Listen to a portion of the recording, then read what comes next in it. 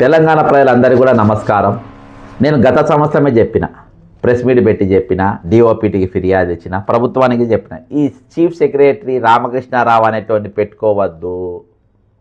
ఆయన గుంటూరు కలెక్టర్గా పనిచేసినప్పుడు విదేశాలలో అత్యున్నతమైన చదువులు చదువుతా మన రాష్ట్రాన్ని ఉద్ధరిస్తా అని అమెరికాకు పోయి వచ్చి మళ్ళీ ఇక్కడ ఒక 2 ప్రైవేట్ కంపెనీలలో పనిచేసి హిందూ ప్రాజెక్ట్స్ ఇంకో దాంట్లో 4 సంవత్సరాలు 6 సంవత్సరాలు మొత్తానికి ఎఫ్స్కాన్గా ఉండి వచ్చినటువంటి వ్యక్తికి మన మాజీ ముఖ్యమంత్రి శ్రీ కల్వకుంట్ల చంద్రశేఖరరావు గారికి మరి ఆయన పనితనం నచ్చి ఫైనాన్స్ సెక్రటరీగా పెట్టుకొని మరి పూర్తిగా రాష్ట్రం అప్పుల పాలయ్యే తీరుగా, రాష్ట్రం దివాల్ తీసే తీరుగా మరి ఆయనను ఇది పెట్టి మరి మొన్న ఆయన పతారు ఎక్కడి దాకా అంటే ఈరోజు ఫైనాన్స్ మినిస్టర్ ఈటల రాజేందర్ను కూడా పిలిపించిండ్రు.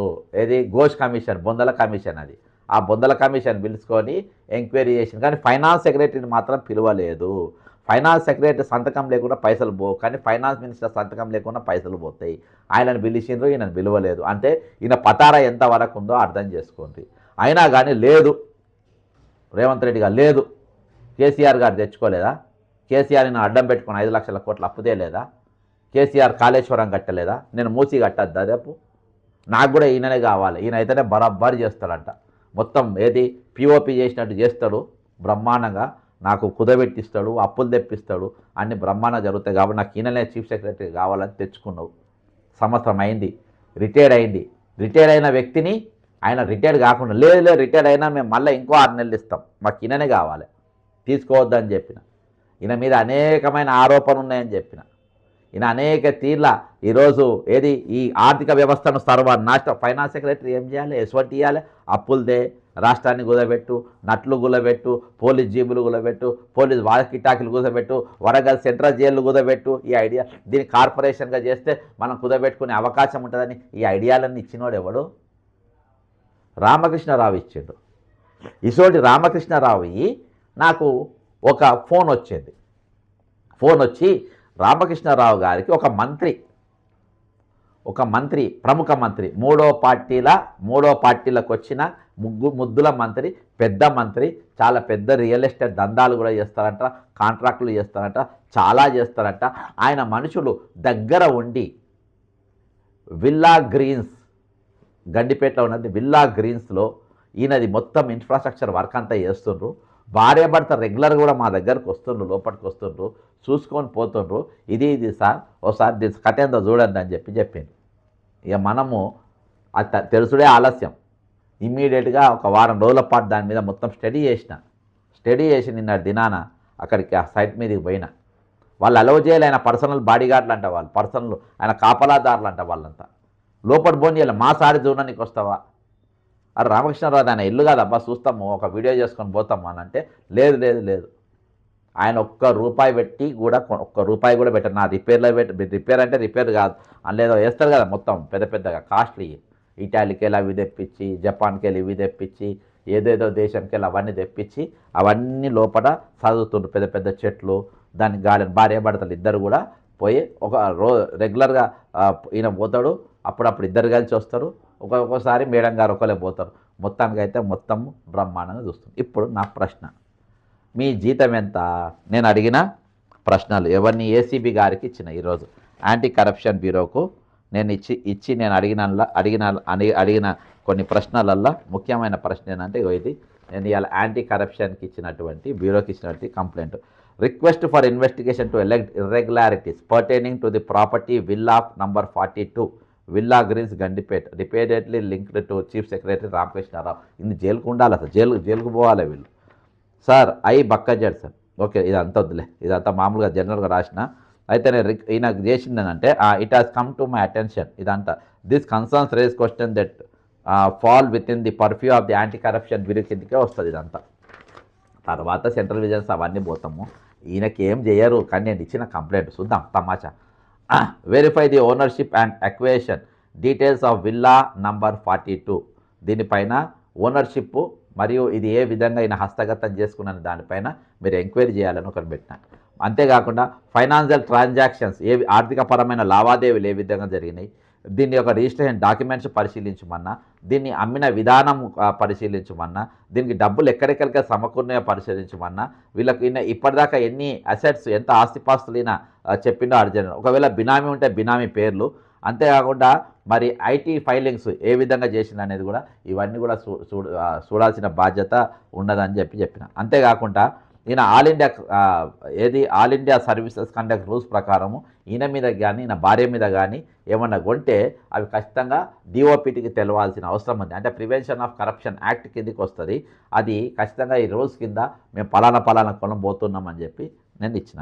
ఇంకోటి, conduct a comprehensive probe to ascertain whether there has been any misuse of official position 101%. లేకుండా మంత్రి ఎందుకు ఇస్తాడు చెప్పబ్బా? ఒక మంత్రి ఎందుకు ఇస్తాడు? మంత్రి పేరు ఇంకా నాకు తెలియదు, ఇవి చెప్పాను. మంత్రి పేరు రేపటి దినాన రేపు ఇవాళ రాత్రి వరకు రేపు పొద్దుగాల వరకు డిక్లేర్ అయిపోతుంది. రేపు మంత్రి ఫోటోతో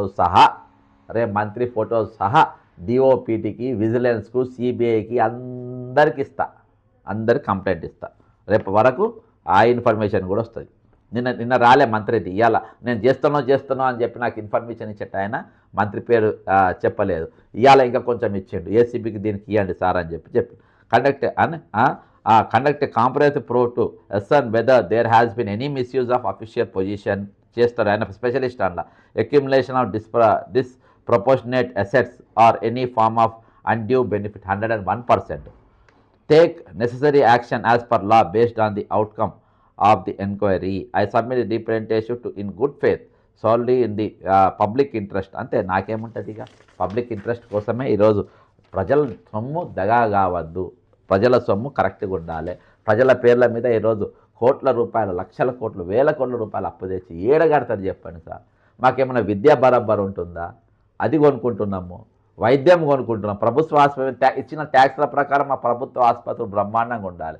ఏడున్నాయి చెప్పండి? ఈరోజు డబ్బులు తీసుకపోయి ఈరోజు మీరు బడ్జెట్లోనే ఎలకేషన్ బరాబర్ లేకుంటే ఎవరేం చేస్తారు చెప్పండి? ఫుల్ ఫ్లెడ్జ్ మీకు వీళ్ళు ఉన్నారా ఈరోజు? లేరు. ఫుల్ ఫ్లెడ్జ్ స్టాఫ్ ఉందా? లేరు. ఫుల్ ఫ్లెడ్జ్ ఫ్రీ మందులు ఇస్తున్నా? లేదు. ట్యాక్సులు మాత్రం గుంజుతున్నారు మా దగ్గర నుంచి. జిఎస్టీ ఇద్దరు కలిసి సరి సగం, బడే మియా సగం, చోటే మియా సగం, ఇద్దరు కలిసి ప్రతి దాని మీద గుంజి పిప్పి చేస్తుంది. విద్య ప్రభుత్వ స్కూళ్ళల్లో, కాలేజీలలో చదివే పరిస్థితి ఉందా?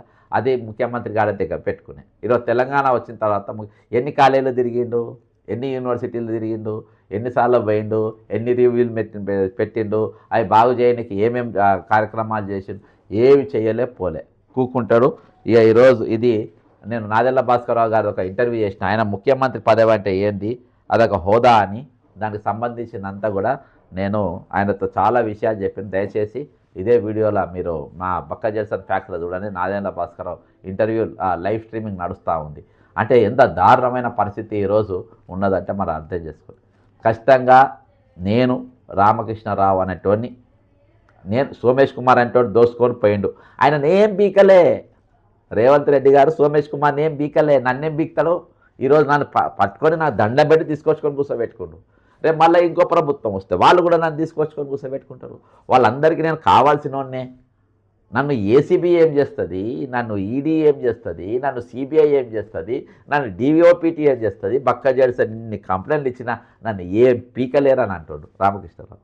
నిజంగానే సార్, నేను సోమేష్ కుమారి విత్ ప్లాట్లు విత్ ల్యాండ్ మీద పోయి భూమి చూపించినా, నీ ఇల్లు చూపి నేనేం బీకలేదు. అంతమంది రైతులు దశ సావడానికైనా కారకుడైనా నేనేం బీకలేదు. కస్టమ్స్లో కూడా కొన్ని మన ట్యాక్స్లలో కూడా, సేల్స్ ట్యాక్స్లో కూడా చాలా పెద్ద స్కాములు చేసినట్ట.